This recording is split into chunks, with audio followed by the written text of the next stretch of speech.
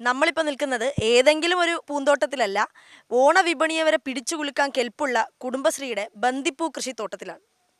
അപ്പോൾ ഇതിനു വേണ്ടി ഇവിടുത്തെ പഞ്ചായത്തും കുടുംബശ്രീ പ്രവർത്തകരും തൊഴിലുറപ്പ് പ്രവർത്തകരും ചെയ്ത പ്രയത്നങ്ങളൊന്നും തീരെ ചെറുതല്ല. അവരോട് തന്നെ അതിൻ്റെ വിശേഷങ്ങൾ ചോദിച്ചറിയാം.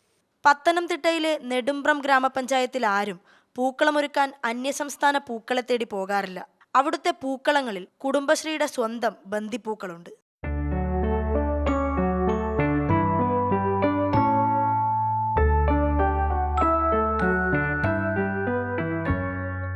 നെടുമ്പ്രം ഗ്രാമപഞ്ചായത്തിലെ 4 വാർഡുകളിലായി 8 കുടുംബശ്രീ ഗ്രൂപ്പുകൾ ചേർന്ന് തൊഴിലുറപ്പ് തൊഴിലാളികളുടെ സഹായത്തോടെയാണ് കൃഷി നടത്തിവരുന്നത്. ഇവർ കൃഷി ചെയ്യുന്ന ബന്ദിപ്പൂക്കൾ പഞ്ചായത്തിലെ എല്ലാ സ്ഥാപനങ്ങളിലെയും ഓണാഘോഷങ്ങളിൽ സ്റ്റാറാണ്.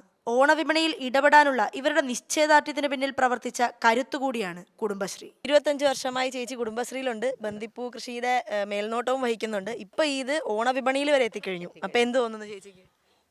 നല്ല സന്തോഷം തോന്നുന്നത്. നമ്മുടെ കുടുംബശ്രീയുടെ ജില്ലാ മിഷൻ്റെ കുടുംബശ്രീയുടെ ഒരു സംരംഭമായിരുന്നു ഇത്.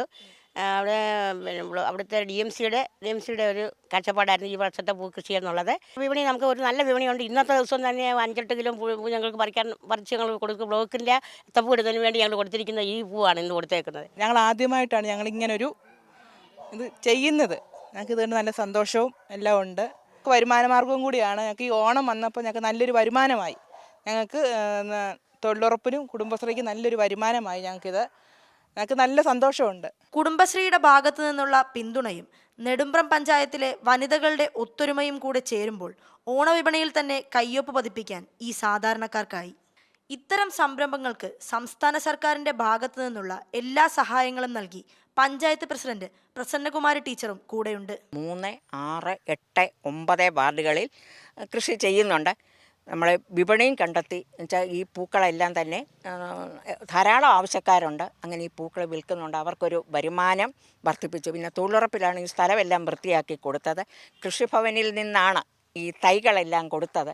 അങ്ങനെ കുടുംബശ്രീയുടെയും തൊഴിലുറപ്പിൻ്റെയും കൃഷിഭവൻ്റെയും എല്ലാം ഒരു സംയുക്തമായ ഒരു സഹായം ഉണ്ടായിട്ടുണ്ട്. സോഷ്യൽ ഓഡിറ്റ് നടത്തുന്നതിന് വേണ്ടി ആൾക്കാർ എത്തിയിട്ടുണ്ട് ഈ അവസരത്തിൽ തന്നെ. അപ്പോൾ എന്താണെന്ന് വെച്ചാൽ നമുക്കറിയാം ഇത് കുടുംബശ്രീക്കാർക്കൊരു വരുമാന മാർഗ്ഗമാണ്. അതിൽ അത്യധികമായ സന്തോഷമുണ്ട്.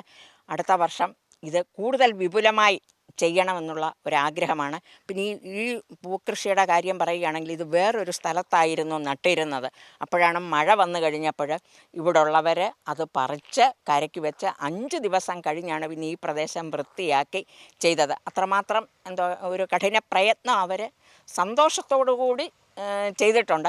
അതിലിപ്പോൾ എൻ്റെ വാർഡിലെ CDSും എൻ്റെ ADS അംഗങ്ങളും എൻ്റെ തൊഴിലുറപ്പ് തൊഴിലാളികളും കുടുംബശ്രീ പ്രവർത്തകരും എല്ലാം തന്നെ ഞങ്ങൾ ഒറ്റക്കെട്ടായി നിന്നാണ് ഈ കാര്യങ്ങൾ ചെയ്യുന്ന. ആ ഒരു കാര്യത്തിൽ ഒരു ഒത്തൊരുമയിൽ എനിക്ക് വളരെയധികം സന്തോഷമുണ്ട്. അത് ഈ പ്രദേശത്തുള്ള വനിതകളുടെ എല്ലാം ഒരു ഉപജീവന മാർഗം കൂടിയായിട്ട് ഇത് മാറുന്നുണ്ട്.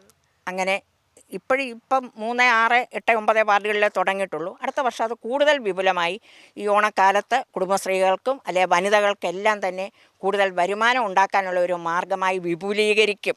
അതാണ് ഞങ്ങളുടെ ലക്ഷ്യം. അപ്പോൾ വെള്ളപ്പൊക്കത്തിനെ പോലും അതിജീവിച്ച് ബന്ദിപ്പൂ കൃഷി നടത്തി അടുത്തുള്ള സ്ഥലങ്ങളിലെല്ലാം അത് എത്തിച്ച് അതിനിടയിലും നമ്മളോട് സംസാരിക്കാൻ സമയം കണ്ടെത്തിയവരാണിവർ. അപ്പോൾ ഇവരുടെ കൃഷിയും ഇവരുടെ ആഗ്രഹങ്ങളും ഇനിയും സഫലമാവട്ടെ എന്ന് തന്നെ ആശംസിക്കാം. കൈരളി ന്യൂസിന് വേണ്ടി പത്തനംതിട്ടയിൽ നിന്നും ക്യാമറാമാൻ അഖിലേഷ് കൊടുമണൊപ്പം പാർവതി ഗിരികുമാർ.